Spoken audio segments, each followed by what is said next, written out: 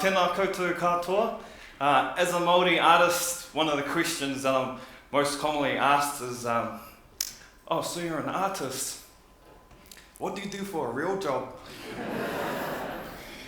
But some people, they do wonder why I do what I do. So being in the creative sector, I love talking about and sharing ideas. So today, I'm going to talk about that. Ideas worth spreading. Sounds familiar, doesn't it? So I think that the key word in that phrase is worth. So it's more than ideas, they need to be worth something. So worth denotes that it's something of value. And value to who? Value to you, value to me, or the companies or organisations in which we belong. So I'm going to tell you how I help others share their ideas worth spreading. So in my work, I'm a storyteller. I tell stories in sand, with ink and with cans, and what I've learned is that everybody's got a story. So I've worked with many businesses and corporations, from food to fashion. They've come to me with their ideas, and it's my job to take their ideas, take it through a creative process, and then try to interpret it visually in the sand. And so that's a challenge that I really enjoy. The ideas can be simple and complex. They can range from anything from the starting up of a business and its growth, from a small little shack to a global enterprise, from capturing historic moments which help shape a city, to helping change behaviours around certain topics, to acknowledging success and accomplishments.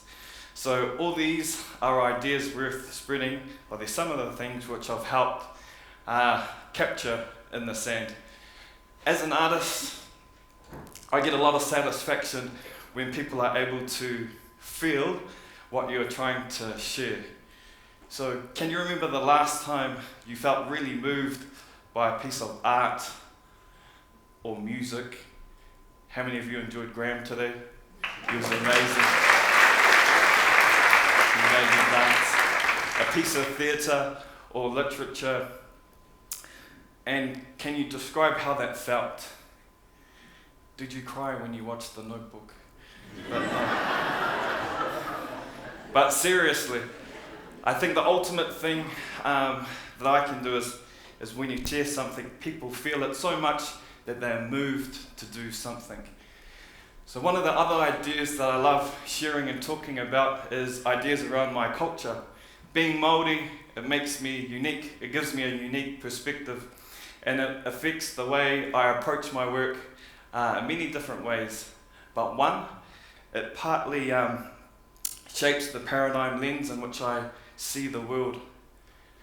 Two, I always have a natural tendency to want to share the beautiful things from not only my culture, but my country. Three, I understand the need to help revitalise or restore some of the past histories and stories that we have, and also our language, as there was a time when that was suppressed. Also, four, it's part of my identity. It's part of who I am. Māori have many ideas that help to reaffirm identity. You can talk to any Māori. They'll have a tribe that they come from, a iwi. They'll have a hapu, they'll have a sub-tribe. They'll have a mountain, and they'll have a river that are significant to them. They'll have a waka that they come from, and a marae. All these things come down, as well as their genealogy or their whakapapa, and they help to establish this idea of identity. So I think, for me, having a strong sense of identity adds value to me as an artist.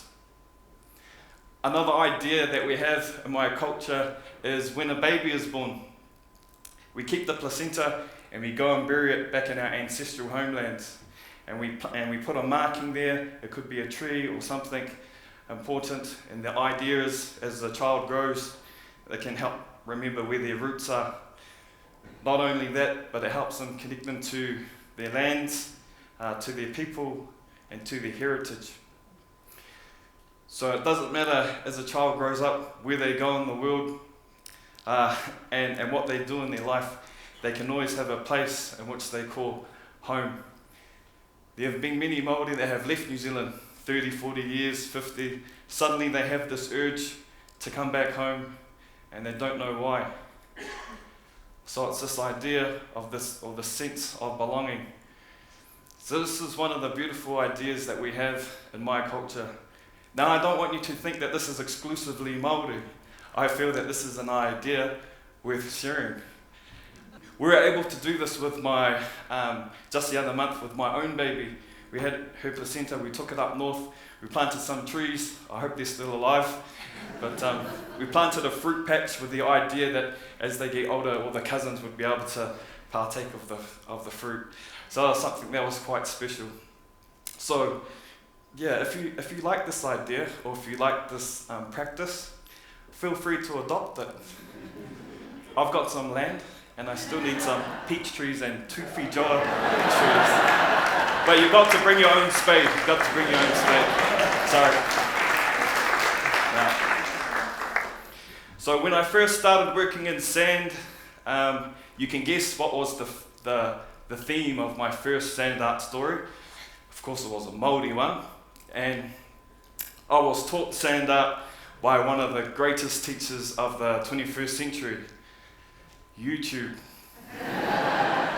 Sorry, no fancy story, just YouTube. But I was inspired by artists online, and it helped to answer the question, how can I create content or create some stories that would be captivating, informative, and really cool for our young people and for my people to help revitalize some of those stories that we have. And so, before I finish, what I'm going to share with you now is that story. I'm going to share with you the tale of how the heavens and the earth were created, the Maori tale of that.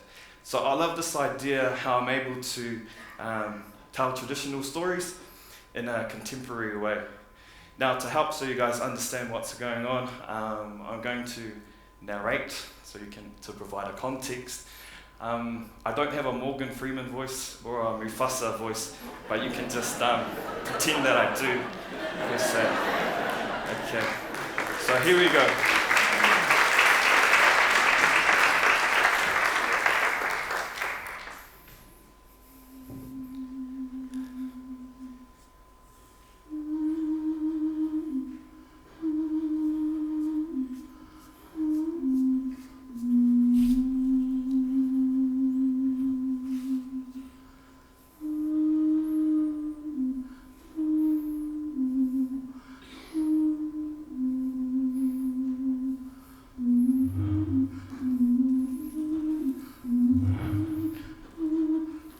Beginning of the Earth Mother, Papatuanuku.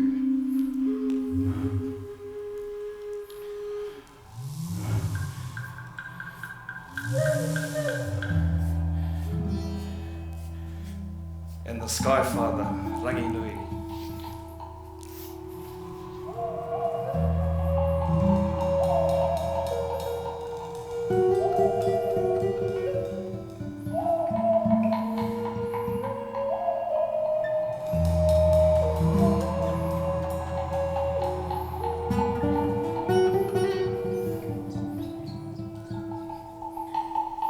And they dwelt together in each other's embrace.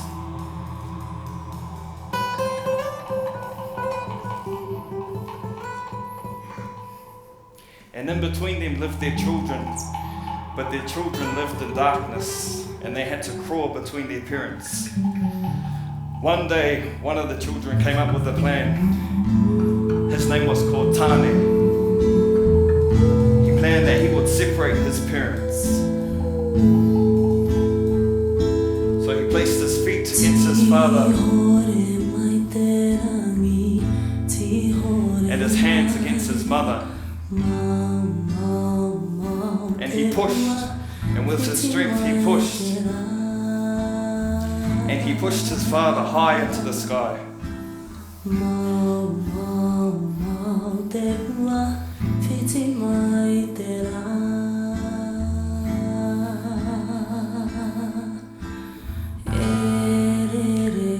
To cover his mother's nakedness, Tane clothed her with the forest and all the greenery.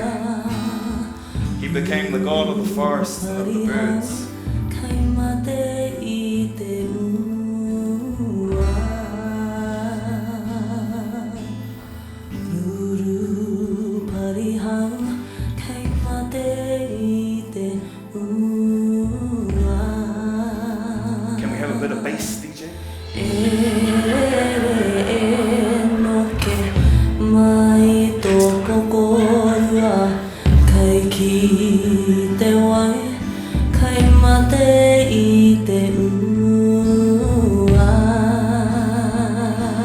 Because of the affections of the Sky Father for his beloved, because he missed her so much, he will cry down tears from the heavens. Those tears would fill up the valleys and the crevices and become the lakes and the rivers.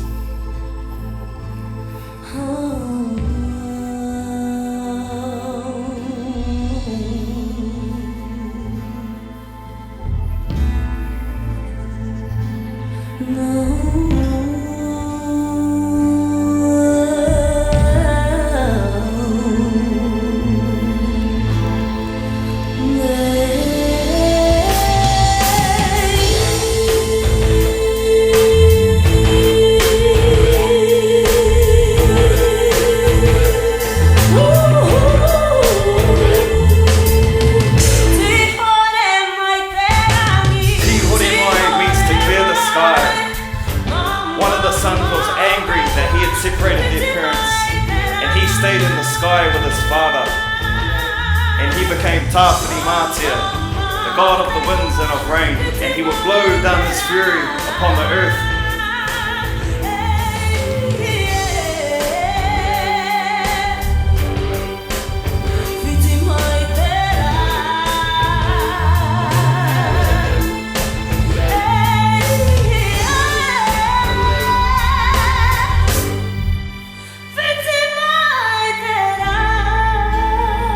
Mai tera means let the sun shine through. Because of what Tāne did, it allowed light and life to come into the world.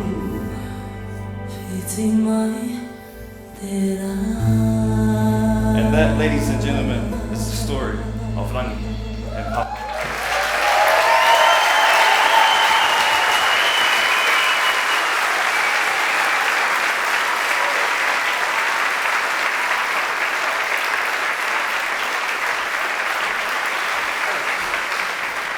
I need to wrap up. Save it for then. So I'm wrapping up. Do you know the worth of your own ideas? They'll mostly be defined by the things that you value. For me, part of it is my culture. What is it for you? So my challenge to you is to find the worth in your own ideas. Do they add value? Do they make a difference to you and to the world? And if they do, then spread them.